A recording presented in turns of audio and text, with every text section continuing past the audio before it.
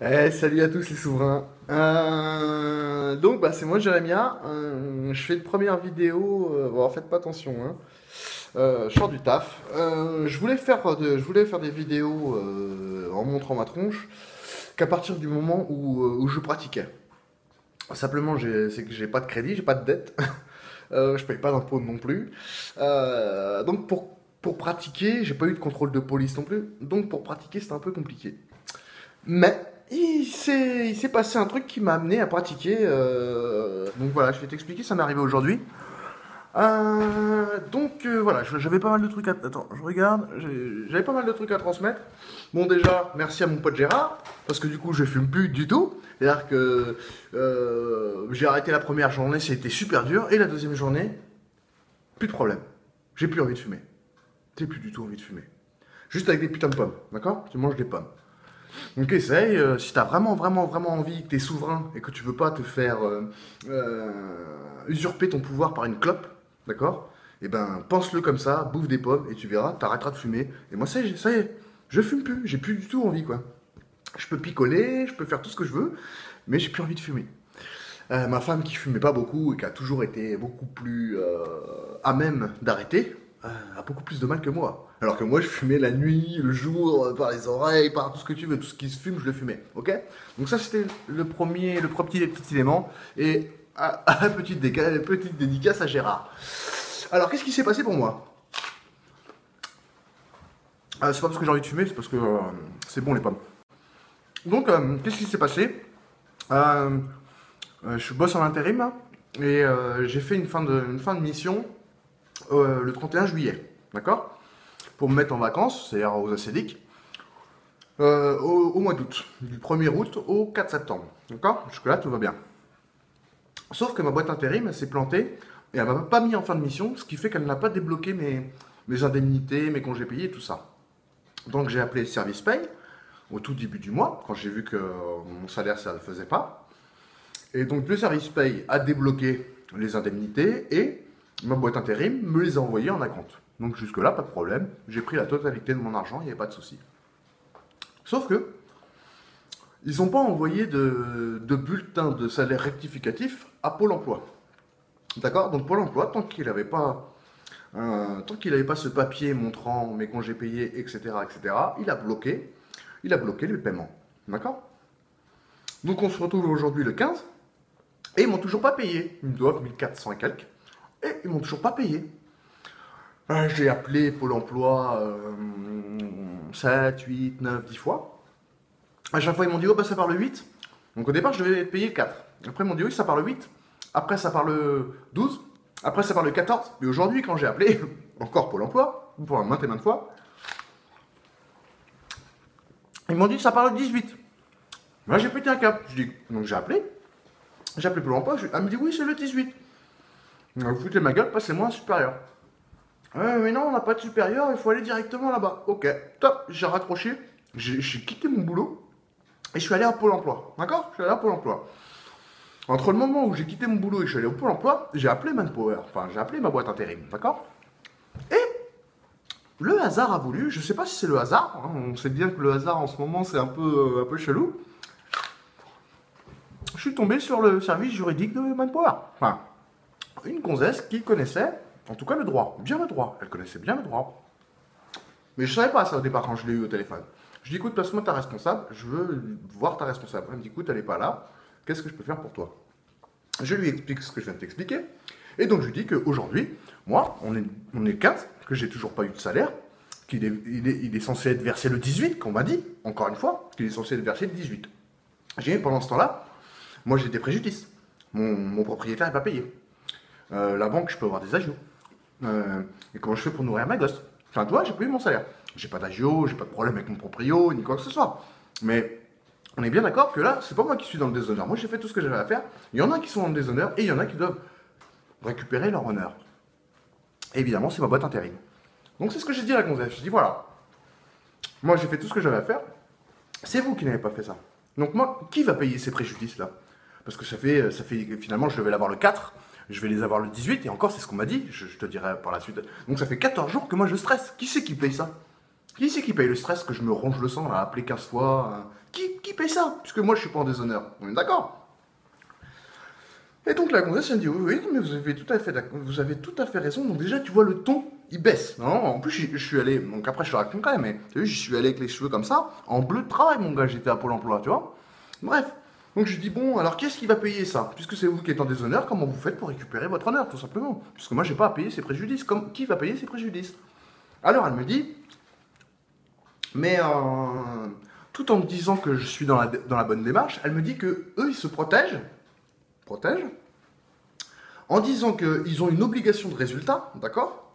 Ils ont une obligation de résultat, mais pas une obligation de moyens. En gros, à partir du moment où ils t'ont payé, peu importe la date, ils se sont couverts du préjudice. Et encore, c'est-à-dire que la gonzesse, ça m'a dit, oui, j'ai pas été voir, j'ai pas été regarder. Je dis, oui, moi non plus, j'ai pas été regarder les contrats, parce que je vais aller regarder mon contrat. Donc ça, c'est aussi votre boulot à vous. J'ai pas encore été regarder, mais il fallait que je vous transmette ça.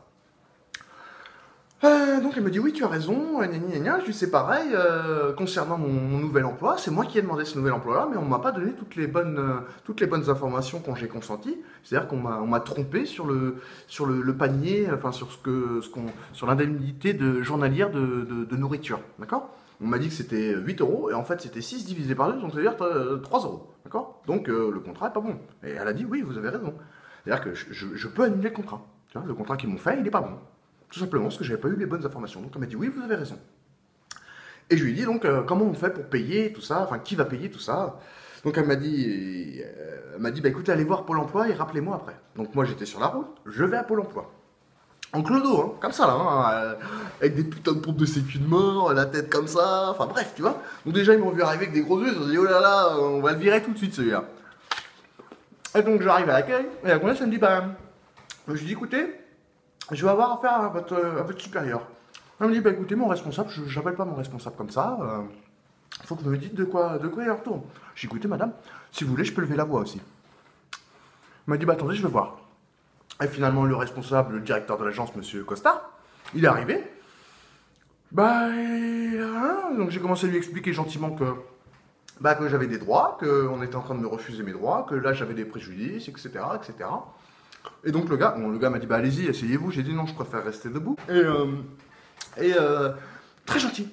Le responsable, très gentil. Oui, écoutez monsieur, j'étais pas président, hein, mais bon, écoutez monsieur, oui, regardez, alors il me montre son ordinateur, regardez, là c'est bien marqué. Donc là j'ai eu la preuve, j'ai bien eu la preuve. Moi, ça fait 14 jours que je la demandais, mais j'ai bien eu la preuve écrite sur l'ordinateur du directeur de l'agence de Pôle emploi que c'était bien marqué que le virement arrivait et qu'il partait le 18. Donc là, j'ai eu la preuve, ce que je n'avais jamais eu avant. Donc là, j'ai bien vu que j'ai eu ce que je voulais, c'est-à-dire la preuve que ça allait bien être payé. Néanmoins, Pôle emploi n'est pas en déshonneur. Donc j'étais pas venu faire chier Pôle emploi. J'étais juste venu remettre les responsabilités à chacun. Je sors de Pôle emploi, où on m'a accueilli comme un président alors que je suis arrivé en clochard, d'accord? Et je rappelle la gonzesse de ma boîte intérim.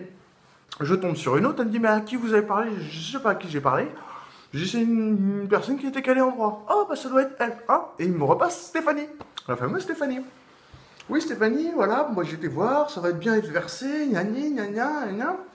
Alors comment ça se passe pour nous? Elle me dit, bah écoutez, Jérémy, elle m'a commencé à me tutoyer. Elle me dit, écoute, je peux pas, enfin, j'ai pas été regardé, j'ai pas eu le temps de regarder. Je dis, oui, comment ça se passe si moi je t'apporte des preuves de préjudice? Tu vois, genre des agios, ou je ne sais quoi, j'apporte des preuves des agios. Elle me dit, bah écoute, personne n'a été jusque-là. Néanmoins, comme je te disais tout à l'heure, on a une obligation de résultat, etc., etc. Donc je pense qu'il y a, à mon avis, il y a moyen de les faire payer. Ouais, alors du coup, j'ai rappelé la fameuse Stéphanie, pas du service juridique, mais qui était calée en droit.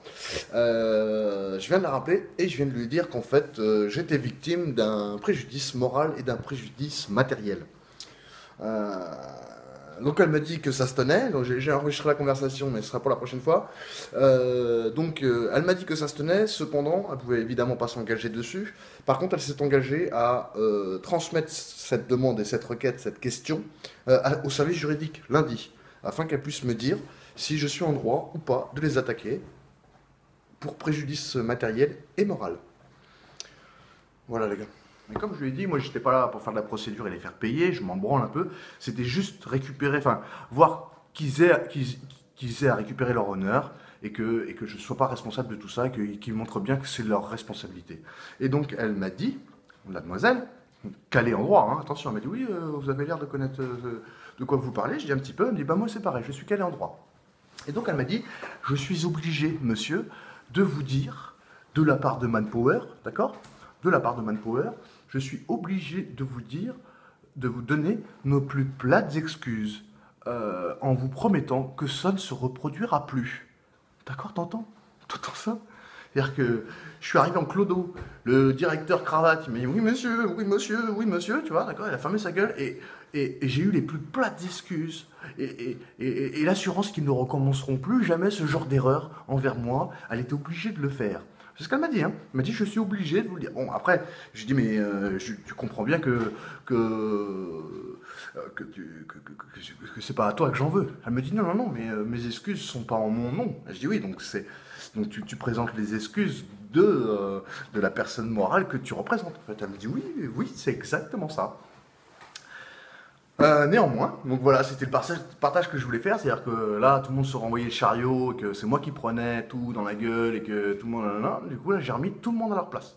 Tout le monde, ils sont arrivés, je dis pas qu'ils m'ont sucé, hein, mais pour un mec qui arrive en clodo avec une coupe de veuge de dingue, tu vois, ils ont dit oh là là, et finalement, hop, on m'a accueilli comme un président. Oui monsieur, excusez-nous, mais plus plates excuses, plus plates, hein, c'est-à-dire qu'il rampe le gars, tu vois, elle rampe la gonzesse. Oui, machin.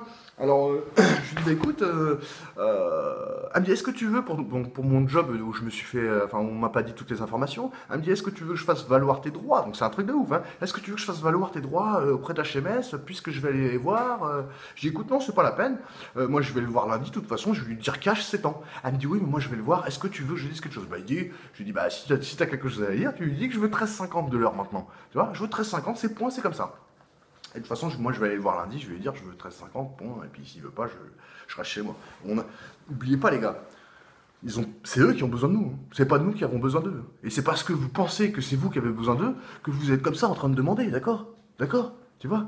La supination, c'est la main qui donne est au-dessus de la main qui reçoit. Et ben inversez ça les gars, inversez ça les gars. C'est vous qui donnez, c'est vous qui donnez votre énergie, d'accord? Donc c'est vous qui êtes au-dessus de ces gens-là. Mais ça, ils ne le comprennent pas. Donc, comment ils font les patrons, hein? Les patrons, bah, ils prennent un gars, puis ils essayent de l'enculer un petit peu, à droite, à gauche, à droite, à gauche. Puis à un moment, l'employé, il en a marre, et puis il le dit. Alors là, le patron, il dit, bon, hop, ok, on va rester là, on va pas trop l'enculer, là, c'est bien, il est à son bon stade. Et ben là, vous inversez, les gars. C'est vous qui allez enculer votre patron, d'accord? Vous l'enculez jusqu'au bout, on va voir. On va voir qui a besoin. Parce que tu vas voir que il va pas te virer tout de suite. Il va attendre, il va attendre, il va attendre. Bah oui, mais parce que moi, dans mon job, il y en a pas de boulot. Tu vois, enfin, il y en a pas des employés comme moi, tu vois. Ils essaient de faire croire qu'on a besoin d'eux, mais en fait, c'est eux qui ont besoin de nous, tu vois. Et donc, bah, on va voir. Moi, je vais tester. On va voir que jusqu'à combien ils ont besoin d'eux, qu'on a besoin de moi, puisque jusqu'à l'époque, c'est eux qui voyaient ça. Ils disaient bon, on va voir jusqu'à combien on peut l'enculer pour avoir ce taf, tu vois. Bah moi, ça va être l'inverse maintenant. C'est ce que je fais aujourd'hui, tu vois. Je me suis barré de mon boulot.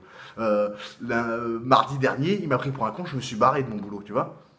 Ouais, bah oui, parce que c'est moi qui suis souverain, c'est moi qui décide. Il n'y a aucune autorité qui vient me plier maintenant, c'est clair, ni une putain de clope. Donc voilà, c'est tout ce que je voulais dire les gars. C'est pas la révélation de l'année, j'ai pas gagné de pognon, j'ai pas fait annuler une dette, ok. Mais c'est pour vous dire que on est dans le bon chemin. On est dans le bon chemin. Là sur les chantiers, je parle à tout le monde de ça. Tu vois, je parle à tout le monde de ça. Ils comprennent tous. Ils me disent putain, c'est bizarre parce que et comme par hasard, j'arrive toujours au bon moment chez les personnes. Donc il y a vraiment un truc qui se passe, même si je suis cartésien et que j'ai besoin de voir des preuves de quoi que ce soit. Là, je les vois pas les preuves, mais je les ai. Je les ai quand même parce qu'aujourd'hui, tout le monde s'est rabaissé. Tout le monde s'est rabaissé, ils ont fait la courbette, oui monsieur, et j'ai gardé ma place qui est au-dessus de tout le monde, sauf de mon créateur. Ok les gars? Alors, bonne pomme et continuez. Lâchez pas.